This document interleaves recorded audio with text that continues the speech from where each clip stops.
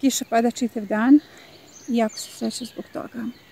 U današnjoj epizodi ćemo pričati malo o praziluku i o tome koliko je važno da se nadograde permamodeli na kojima je praziluk i da se praziluk koji je zapravo ovde zimska kultura pripremi za naredni period, da se permamodel na kome se on nalazi nadogradi, da se zaštiti od lukove muhe čiji let uskoro završava.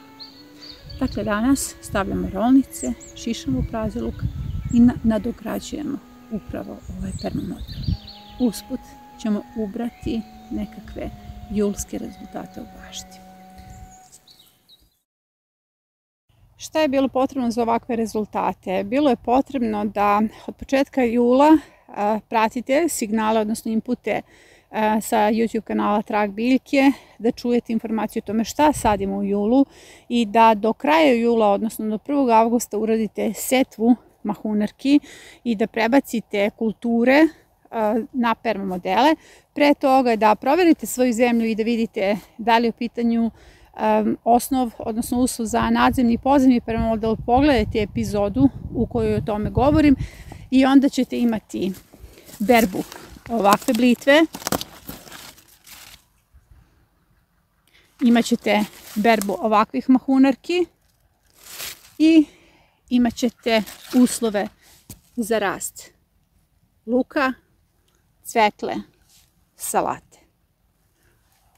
Zapratite kanal.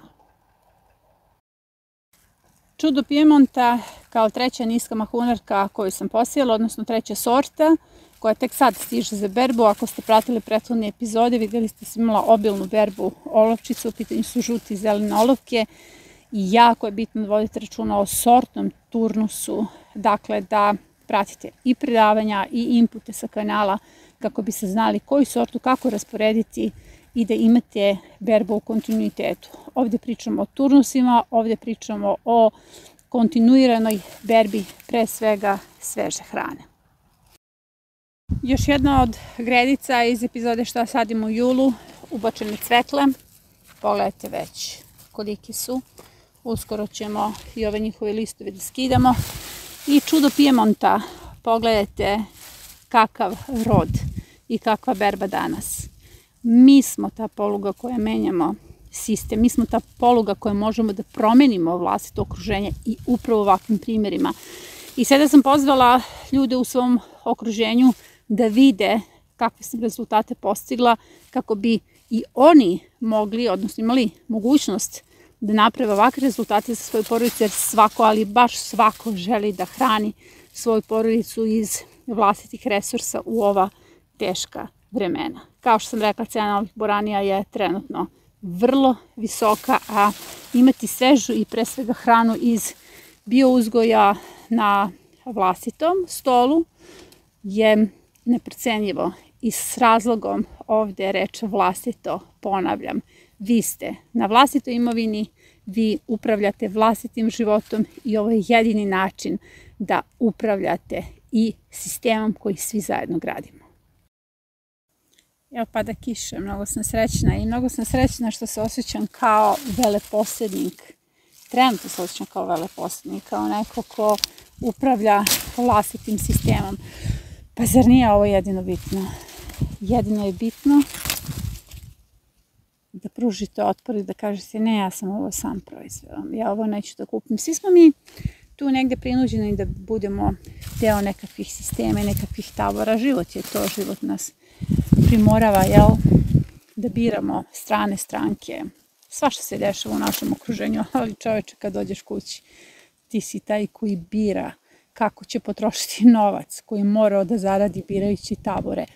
U svojoj kući, na svojoj dedovini, na svojoj zemlji, ti si vlasnik svog života. Onoliko koliko je to moguće i koliko ti omogućava činjenica da imaš identifikacioni broj, da ga svi imamo. Ti biraš kako ćeš taj novac da potrošiš i onda kupiš seme i onda to seme poseješ i onda dobiješ ovakve plodove i ti plodovi ti govore o tome koliku ti moć zapravo imaš u rukama. Znate koliko ja moć imam u rukama? Imam moć da menjam vlastito okruženje i da menjam svoj život. jer ovo nije samo moja hrana, ova hrana meni nije potrebna. Ona je potrebna svim onim koji će da je osete, probaju i da kažu želim i ja tako. Mi smo upravo te poluge. I celo jutro razmišljam o svom ocu. On danas nije živ, dugo već nije živ. U jednoj fazi svog života nije pristao da bude politički poltron. Nekako je to bio jako težak period njegovog života. Ali taj oreol koji se video na njemu, taj oreol je preneo svoje deci.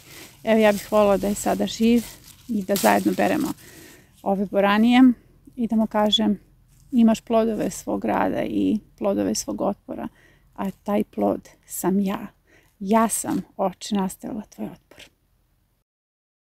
I nikada ne bilo teže boriti se za prirode, verujte mi da nikada nije bilo teže zato što nas razdiru na sve moguće načine, dele na 101 način, na 101 komad.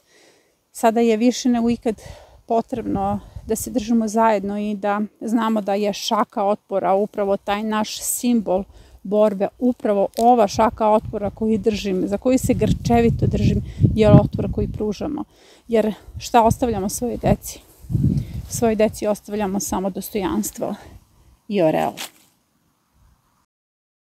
U jednoj od prethodnih epizoda videli ste kada je počela berba ovih boranija. Ovo je šta sejemo u julu, u pitanju su žute olovčice. I berba je bila obilna i mislim da će u prilog ići i neki od kadrova, ako je ostao u telefonu. Ono što je poenta ovoga jeste da septembar i oktobar treba da budu period berbe visokih boranija i niskih. To je period kada mi beremo plodove onoga što smo sejali u julu i u skladu sa turnusima ta berba će trajati 2 meseca. Evo konkretno, ove boranije završavaju svoju vegetaciju. Imam još malo nešto na vrhu, dalje više nisu cvetale, dale su jako veliku količinu plodova i sada one će biti oborene i idu u sastav permamodela. Na ovim permamodelima ostaju samo keljevi. A keljeve sam uspjela da sačuvam upravo onim mrežama od stenica. Ovi keljevi će zaista da dočekaju narednu sezonu. Ja berem sve vreme boraniju, a pritom sam jednu količinu već podelila komšijama.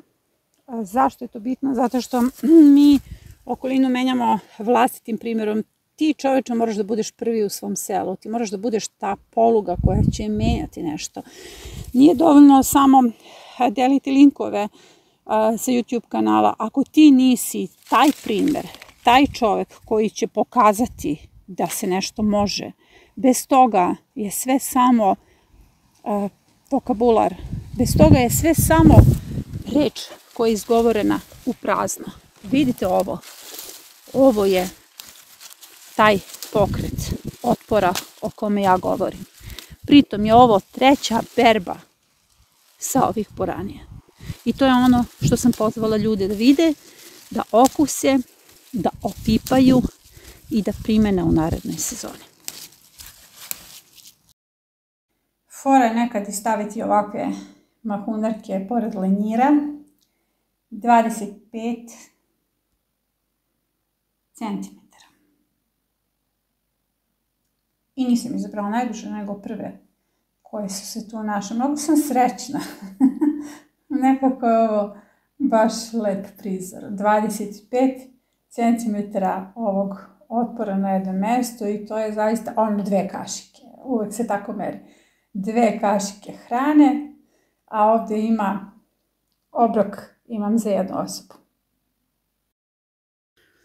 Ovo je jedan od prvih zimskih permamodela. Ovo je permamodel iz epizode šta sejemo kao zimsku hranu, odnosno sadimo kao zimsku hranu i vidite kako se sve primilo i kako ovdje odlično napreduju pre svega keljevi, iako su još uvek aktivne stenice. Blitve su za berbu, što me posebno raduje. Praziluk se primio, on je posađen u gnezdima. Imamo ovdje u tunelima rotkvicu. Spanać bilo je loše sjeme, morala sam da ponovim. evo tek sada niče novi turnus, dakle do semena je, zašto nije nikao spanać jer je to bilo prošlogodišnje seme. I sada idemo u prvu berbu rotkvica. Šta je prednost ovih tunela?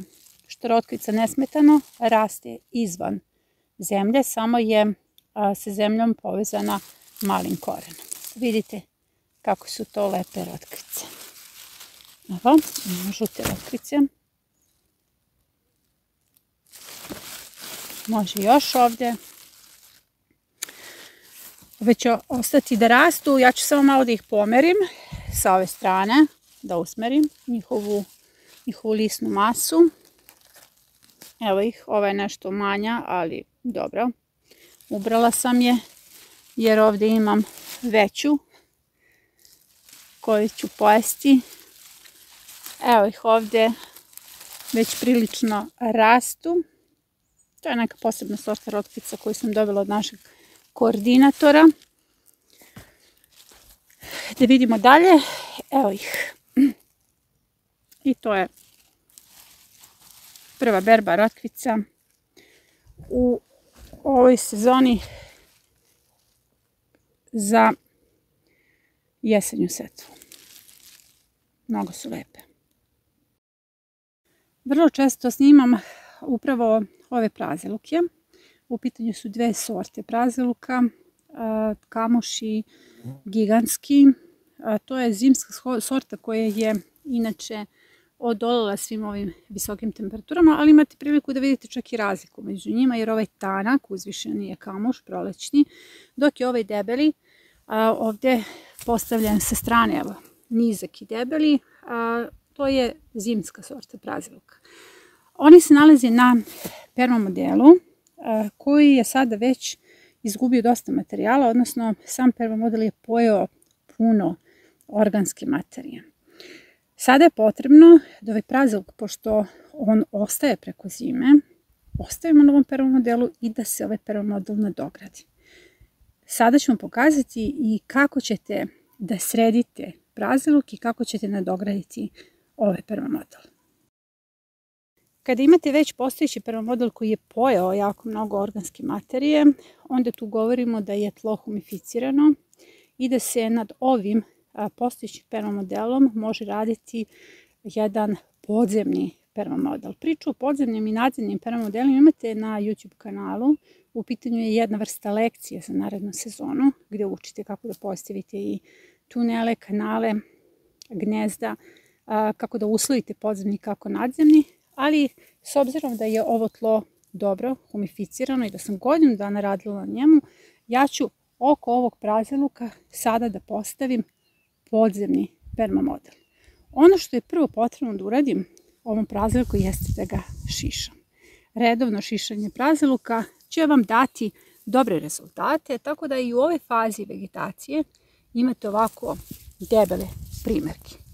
Debeli primjerci pokazuju da ste redovno šišali, negovali, hranili ovaj praziluk i da je taj praziluk usmjerio svu svoju hranu, odnosno sve ono što mu dajete i što on uzima iz permamodela kao hranu u razvoj, odnosno u širenje i u razvoj ovog belog dela zbog čega zapravo uzgajamo praziluk. Sada je potrebno da prvo ošišam praziluk, a nakon toga ćemo praziluku staviti okovratnike. Sada imate priliku da vidite koliko sam ja ošišala ovaj praziluk i na prvi pogled će vam se činiti da je to ekstremno, ali verujte mi, praziluk voli šišanje i ovo je njegovo 10. šišanje dok je na gredici. Ja uopšte ne računam koliko je puta ošišan dok je bio presadan. Generalno, o praziluku imate puno na YouTube kanalu i uskoro ćemo početi sa setvom praziluka, tamo negde u decembru. Upratite signal, jer upravo u decembru se seje praziluk da bismo imali rane sadnice, odnosno da biste imali kamoš za jelo sada kao što ga ja imam. Ja sam listove praziluka stavila u ovu kutiju, od njih možete da pravite tekuće biljno đubrivo na bazi sumpora, preparate kojim ćete na neki način moći da zaštitite biljke kada je u pitanju pad imuniteta i pojava narušavanja predatoskog lanca kada su u pitanju gljivice, ali ja savjetujem da ga jedete jer je praziluk vrlo dragocjena i skupa hrana i svaki ovaj list ima jednaku vrednost kao i ova biljka i ovo će biti danima sastavni deo mojih obroka, krem super rižoto, danas rižoto s gljivama. Sada kada sam ošišala praziluk i pre nego što radim nadogradnju permamodela, moj prvi korak jeste da stavim okovratnike ovom praziluku i to je meni jako teško da radim jednom rukom. Evo da probamo. Evo ga.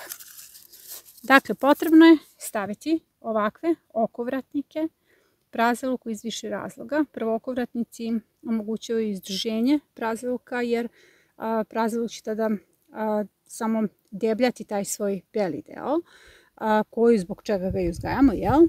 A drugi razlog jeste let lukove muhe, to su sad posljednji letovi muha i muha bi tu trebala da položi svoja jaja i ona ih neće položiti ako postoji tu neka vrsta fizičke odbrane. Vi na taj način naprosto štitite svoj praziluk. Ovaj okovratnik će stajati na samo dno i ja ću sada oko njega da radim nadogradnju permamodela, kreirajući pre svega podzemni permamodel. Kao što vidite, ja sam stavila rolnice i ono što se prvo stavlja kod podzemnog permamodela jeste sveži otkoz, on u sebi ima enzime i ti enzimi učestvuju dalje u procesu aktiviranja. Ono što dalje radimo jeste stavljanje organskog otpada. Ne morate nužno da stavite organski otpad, ali uzmite u obzir da su permamodeli zapravo direktno kompostiranje i da mi na ovaj način zapravo umjesto da nosimo u kompostere, organski otpad donosimo direktno na gredice. Iznad organskog otpada potrebno je staviti sloj sjena. Nakon toga na seno prosuti neku vrstu đubriva. Možete i polurazgrađeni kompost, a možete pritom da posipate neki stajnjak. Ja ovdje koristim ovči stajnjak i rastresito samo pospete po čitave površini. Za gredicu od 4 metra, širine 1,20 m, potrebna vam je jedna ravna ručna kolica stajnjaka. Ukoliko ste već hranili ovaj permamodel, odnosno te sezone nadogradili ili ishranili stajnjakom, nije potrebno da dodajete veliku količinu stajnjaka, već ovako kao ja, samo malo da pospete, bukvalno da posolite, upotrebiću taj termin, kako biste aktivirali čitav ovaj permamodel. Nakon toga ponovo ide sloj sjena. Sloj sjena treba da bude, visina ovog sloja treba da bude do 15 cm, tako da ćemo ovaj praziluk bukvalno da ušuškamo u sjeno. Vidite kako to sada izgleda. Dokle je sada u permamodelu ovaj moj praziluk i sada je potrebno kada se sve ovo usloji, ovaj permamodel zaliti jer je voda u ovom slučaju aktivator.